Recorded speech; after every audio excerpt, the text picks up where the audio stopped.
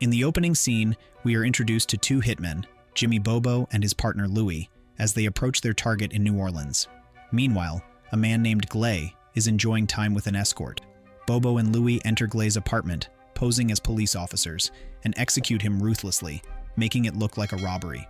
Bobo notices the escort and shoots her, but soon regrets it, as he strictly adheres to a code against harming women and children. As they leave, Glay, who was not actually dead, suddenly attacks Louie, leading to a struggle. Bobo ultimately finishes the job and reminds Louie of their rule against hurting women and children. However, it turns out Bobo had spared the escort instead of killing her. He is confident she won't go to the police, as she fears them more than the law. Later, Bobo and Louie head to a bar to collect their payment from Ronnie, the middleman between them and the client who ordered Glay's execution. Things take a turn when a hitman named Keegan takes a keen interest in Bobo and Louie. When Ronnie fails to show up, Bobo steps into the restroom, leaving Louie alone. Seizing the opportunity, Keegan ambushes and kills Louie. He then follows Bobo into the restroom to eliminate him as well, but Bobo fights back. As he chases Keegan, he discovers Louie's lifeless body and realizes they have been betrayed. He grabs Louie's knife and flees the scene. Bobo has a long history with the law, having been arrested 26 times, appearing in court 4 times, and convicted twice. Despite his criminal past, he remains dedicated to his work as a hitman. Meanwhile, Taylor, a police detective from Washington, arrives in town to investigate Glay's murder. At the police station, he meets Letton and questions an escort who claims to have witnessed the killer. When Taylor examines Glay's body, he identifies him as a former police officer from Washington who was discharged for misconduct. As Taylor digs deeper, he finds out that Louie, the man slain alongside Glay, was a hitman. Suspecting a connection between their deaths, he contacts his headquarters and learns that Louie had a partner named Bobo. Taylor urges Lieutenant LeBron to track down Bobo, believing he could help uncover who ordered the hits on Glay and Louie. However, LeBron refuses to involve Taylor in the investigation and confiscates his unauthorized firearm. Despite this setback, Taylor decides to pursue the case on his own. Following orders from his superiors, he arranges a meeting with Bobo at a local bar and attempts to persuade him to work together. However, Bobo, distrustful of law enforcement, refuses outright. As Taylor leaves the bar, he senses danger and realizes he is being followed. 2 men pursue him into a parking lot, preparing to kill him. But in an unexpected move, Taylor attacks one of them, shooting him dead upon confirming he was a cop. The second assailant opens fire, cornering Taylor, until Bobo arrives just in time to save him. Now Bobo is willing to team up with Taylor to uncover who ordered the hit on him and Louie. However, Taylor, still wary, points his gun at Bobo, threatening to arrest him.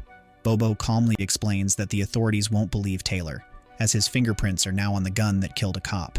He gives Taylor 2 choices: go with him to get medical help, or wait for the police to arrest him. Meanwhile, Keegan finds himself in a complicated situation.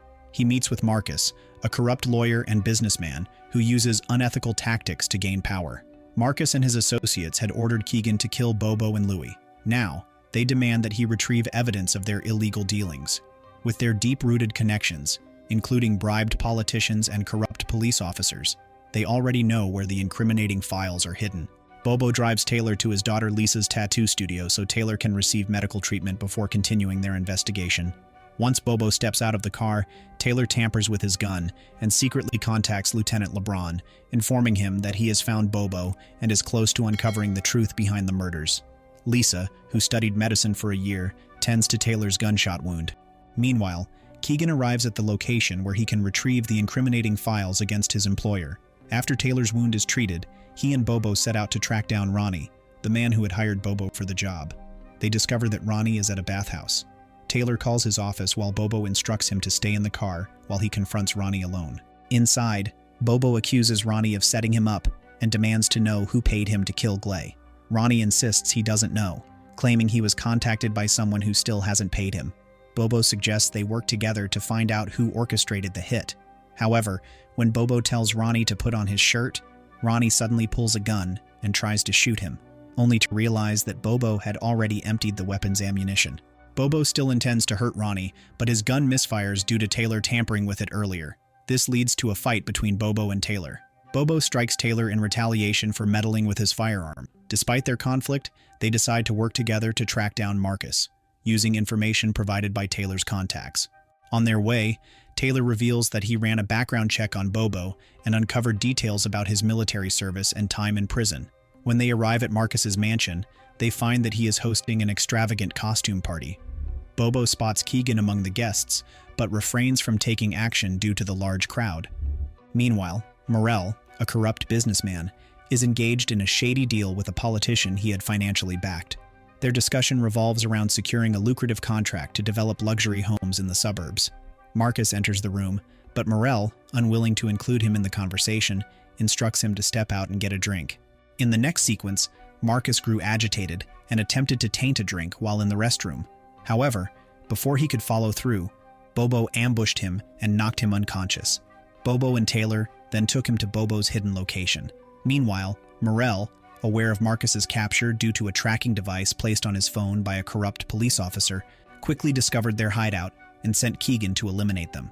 Taylor initially tried to question Marcus, but when it became clear he wouldn't cooperate, Bobo used his own methods to extract information. Marcus immediately admitted that Morel had paid Keegan to eliminate Bobo and Louis to ensure that Guyon's murder wouldn't be traced back to him. Keegan, once a contract soldier in Africa, had been working under Morel, a notorious fraudster who had pulled off multiple scams in Africa. Now, Morel was committing large-scale fraud in the city, bribing officials to buy land at low prices, redeveloping it, and selling it for massive profits. Marcus possessed a USB drive containing all the evidence of Morel's corruption. Wasting no time, Bobo executed Marcus after extracting the necessary intel. At that moment, Keegan and his associates stormed Bobo's hideout, forcing Bobo and Taylor to flee through the water just in time. After safely escaping, Bobo detonated the hideout, eliminating Keegan's associates, though Keegan himself survived. The following day, Bobo and Taylor went to Lisa's residence to examine the USB drive. The data revealed that numerous high-ranking officials, including judges and legislators, had accepted bribes from Morel. Taylor immediately contacted Lieutenant Lebrun to report their findings, linking Morel to Guyon and Louis' murders, while also exposing his bribery network. Planning to meet Lebrun shortly after, Taylor reassured Lisa that he had no choice but to bring Bobo to justice, given his criminal history. In the city, tensions rose as Bobo and Taylor disagreed on how to handle Morel, leading them to part ways. Meanwhile, a corrupt officer informed Morel about Bobo's daughter, Lisa, and their plan to use her to retrieve the USB. Before dealing with Keegan, whom Morel considered reckless and dangerous, he prioritized securing the drive. Keegan, seeing himself as a hero unconcerned with money, became increasingly unpredictable. Soon after, he kidnapped Lisa. While Taylor was meeting with Lieutenant Lebrun, the officer suddenly attempted to kill him. Unexpectedly, Bobo arrived just in time to save Taylor. To Taylor's shock, it was revealed that Lieutenant Lebrun had been working for Morel, aligning with the corrupt officials they were trying to expose. As they attempted to leave, Keegan called Bobo, revealing that he had Lisa and demanding the USB in exchange for her safety. Fearing for his daughter's life, Bobo rushed to the meeting location, determined to save her at any cost. Upon arrival, Bobo faced Morel. Playing his cards right, he pretended to betray Taylor, offering to kill him in exchange for Lisa's release and the USB. Morel quickly agreed, despite Keegan's doubts. However, neither Morel nor Keegan realized that Taylor had discreetly infiltrated the area, silently observing everything. Bobo was determined to take down Keegan, seeking revenge for Louis' murder. After handing over the USB, he swiftly ensured Lisa's safety. Unexpectedly, Keegan, fed up with Morel's greed, turned against him. Meanwhile, Taylor recorded the entire exchange as evidence against the corrupt officials. As Keegan fought Morel's men, Bobo instructed Lisa to hide, unaware that Morel's henchmen would soon find her. Fortunately, Taylor arrived just in time to protect her. Meanwhile, Bobo prepared for a final showdown with Keegan. To craft a cover story for the authorities, Bobo shot Taylor, staging the scene to make it appear that Marcus had shot Taylor before being killed in return, keeping Bobo out of the picture. When the cops arrived, Taylor was rushed to the hospital for urgent medical treatment. 2 weeks later, Taylor invited Bobo to a tavern for a drink. During their conversation, he warned Bobo to stay on the right side of the law, promising to arrest him if he ever crossed the line again. Bobo laughed it off and stepped outside to admire his new ride. Thanks for watching. If you're new, don't forget to subscribe for more recaps. Until next time, have a great day. I got a big one. Here's your 40.